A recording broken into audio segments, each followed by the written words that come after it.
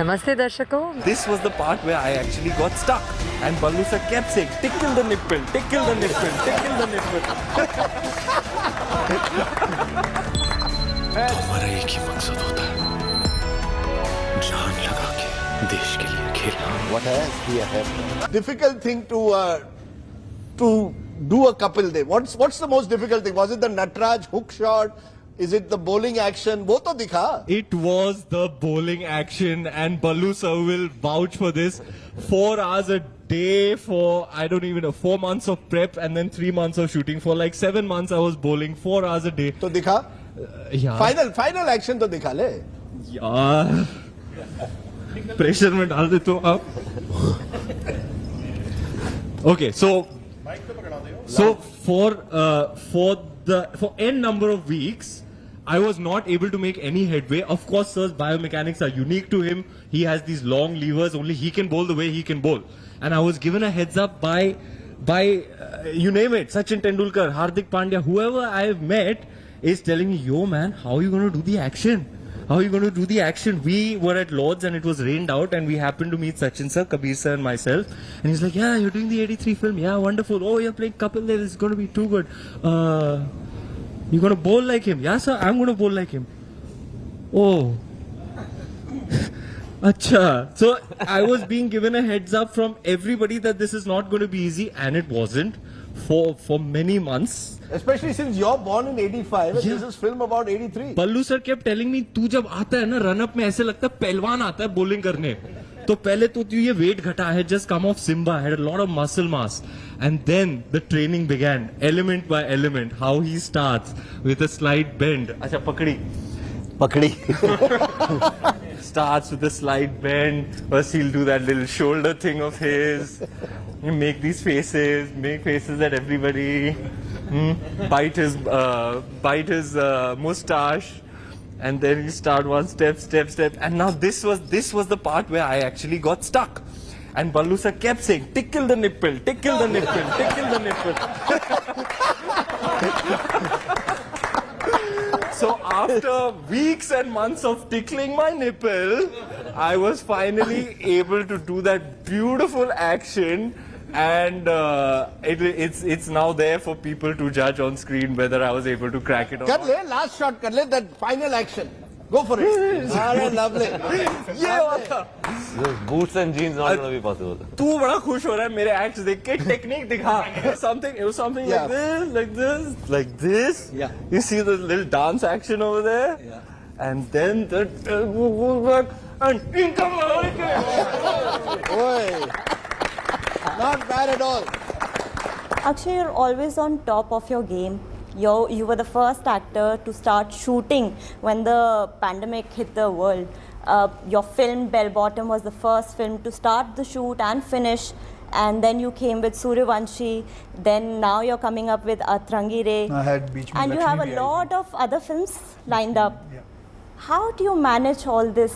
Like, Akshay Kumar एक हैं, वो इतना सब कुछ एक साथ कैसे कर लेते हैं? It is a very simple answer. There's nothing. I just work 8 hours a day, and I have my Sundays off.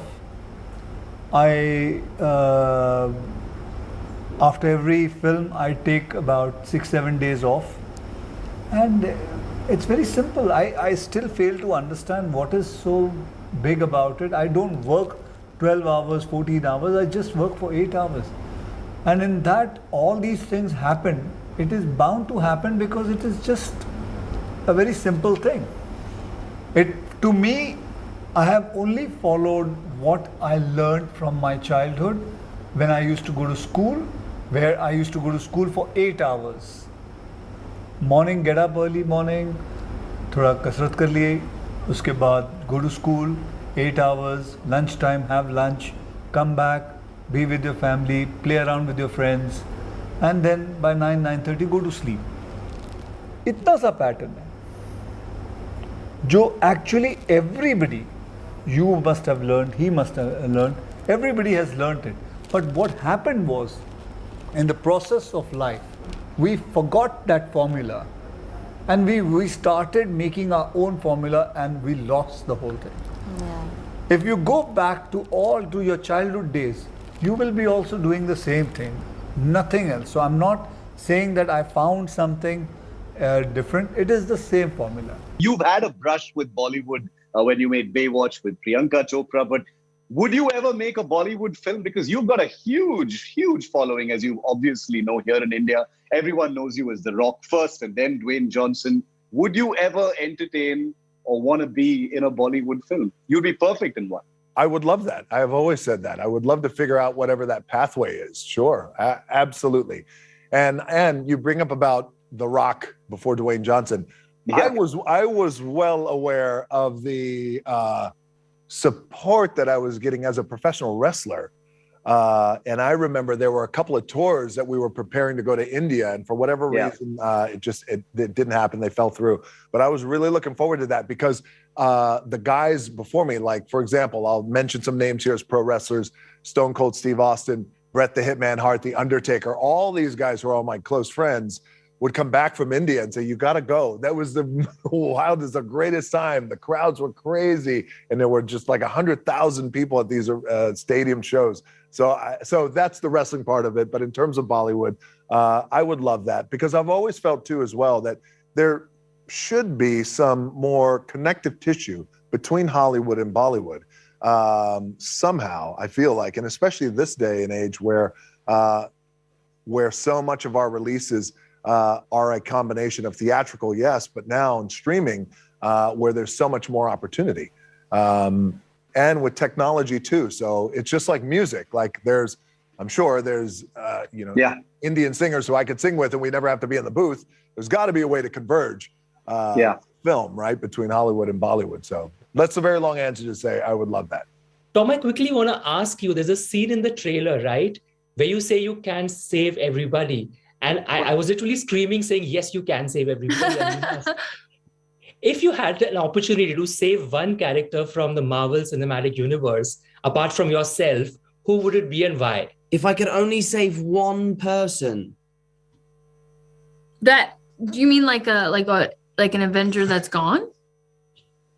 It could be anyone from MCU. I would have to save Iron Man. Are you kidding? Yeah, it would have to be Iron Man. It would be Iron Man, or maybe Black Widow. I think Black Widow's kind of awesome. I think she's cool, and I would say Black Widow.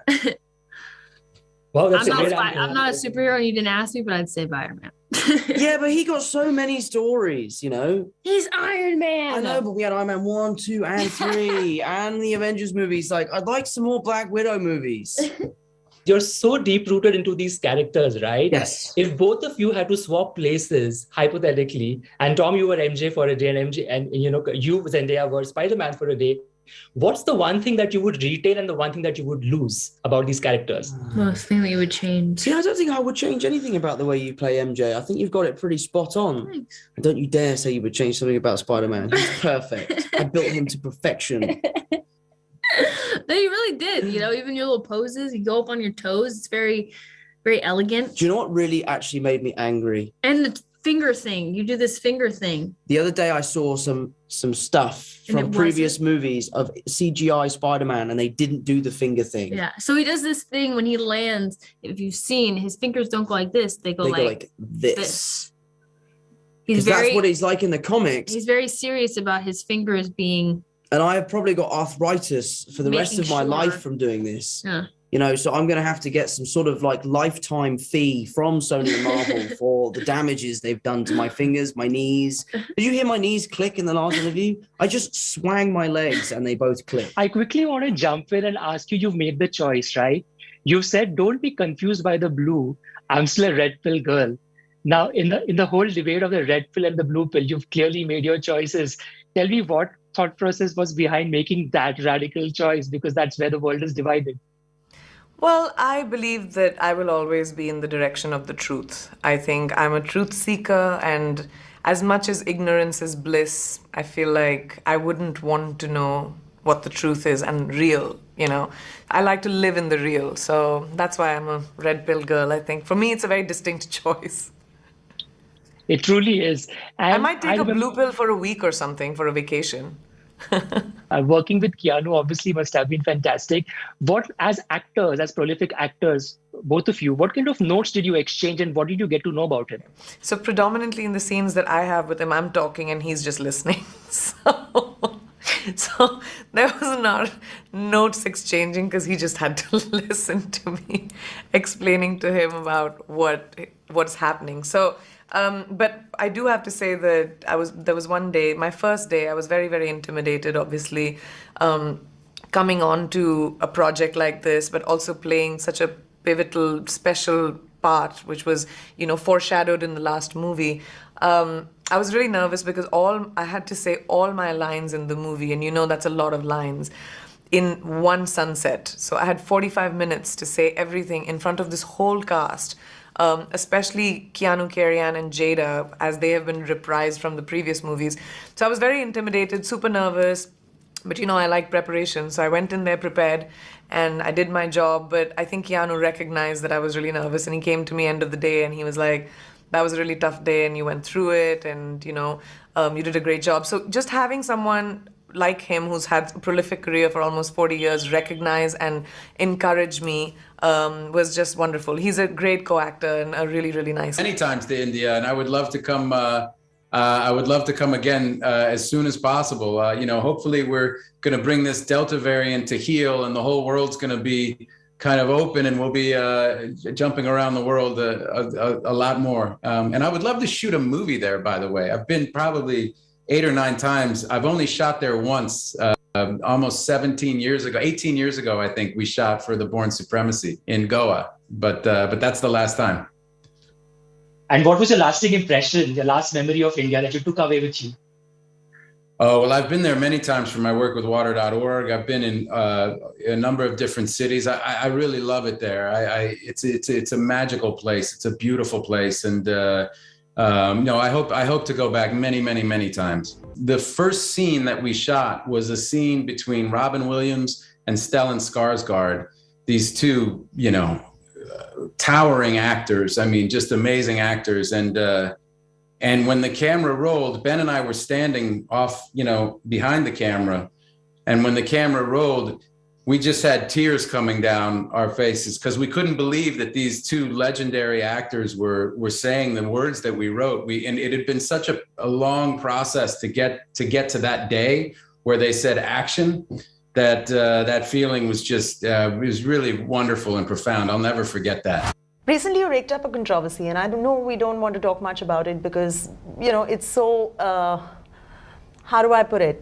You are trying there to just do your job as a comedian and make people laugh. Look, I think my job is to make you laugh, and my job is to write jokes. That's really all I do. I think laughter is a celebration. And I think when a room fills up with laughter and applause, that's pride.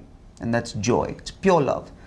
And I think any Indian with a sense of humor, who enjoys satire and who watches my entire video will know that's what happened in my video and will feel love and feel amazing. Satires speak the truth. There's a lot of truth in the way you deal Comedians with are outrageous. humor. We say outrageous things. I don't think that we're just trying to make you laugh. That's it. We will make fools of ourselves. We will do whatever it takes that I send you home flying on a cloud. That's my job.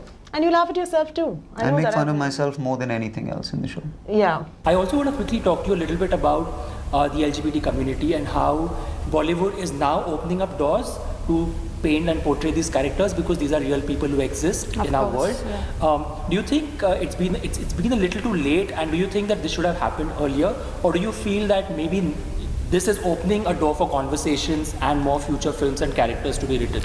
Many more people are woke today in today's day and age because there's a lot of evolution that's happened. I'm not taking, we are divided in progressives and regressive minds. Even till date, the masses might be laughing at jokes which are Manu, it's not a joke, but like the statements he makes in the first half of the film. Our hope is that it's at least a good conversation starter where people kind of, in retrospect, think and have something to introspect when they go home and, ponder about what was their mindset before and after the film. It may not be a clutter, it's not something that will completely magically change you, but at least it's a conversation that is started. And I can personally only hope there are more storylines about trans people and with different narratives that can be addressed in times to come. Wrapping up 2021 as we speak right now, if I have to ask you what has been your highest point of this year, what would it be? Has to be the fact that I have completed and my 2 films came out this year. And while it's not been very easy for most of the people in our country, they have battled a lot in terms of their mental peace, just the fact that one had to be on a house arrest because of the pandemic and losing their jobs and all of that. I'm just grateful that I had work and I could kind of continue doing something. And of course, Chandigarh Kare Aashiki, which is so important to me.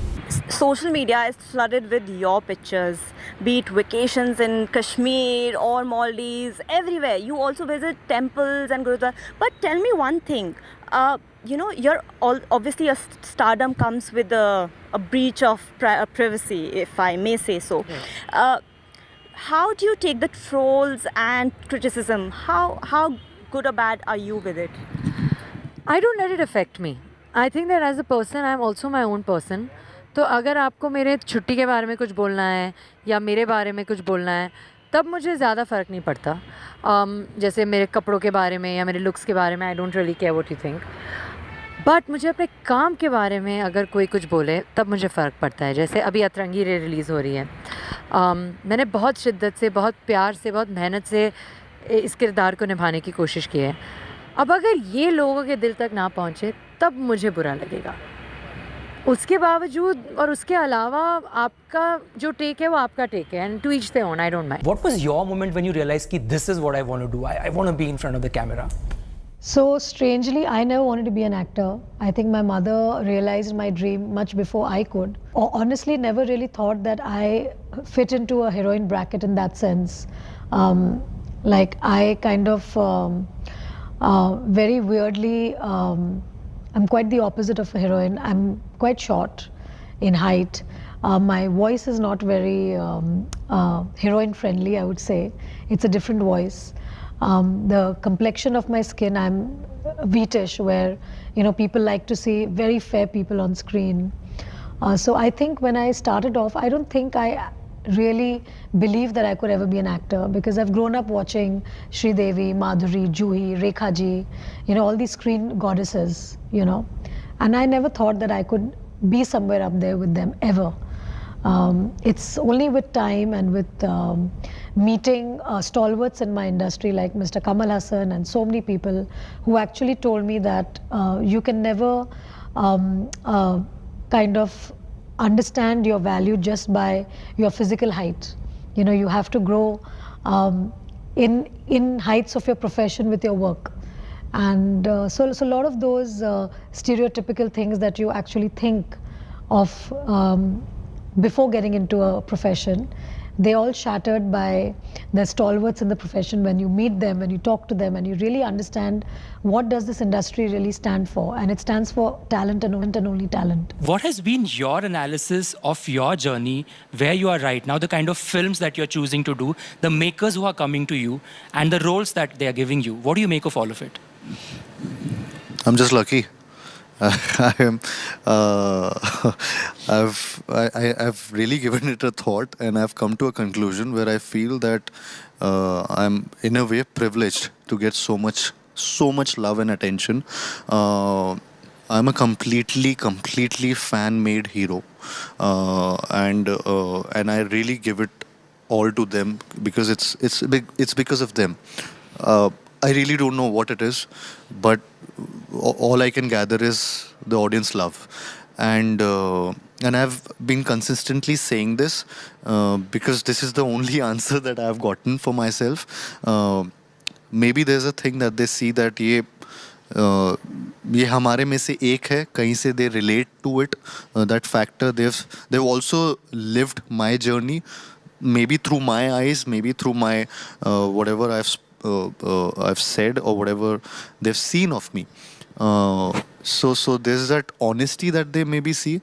So I think there's some kind of relatability again, which is always seen. Be it my off-screen persona or be it my on-screen characters. They really are those characters जो आपको कहीं पे भी आप relate कर पाओगे कि हाँ मैंने इसको कहीं देखा होगा अपनी life में. I feel so much love is being given to me.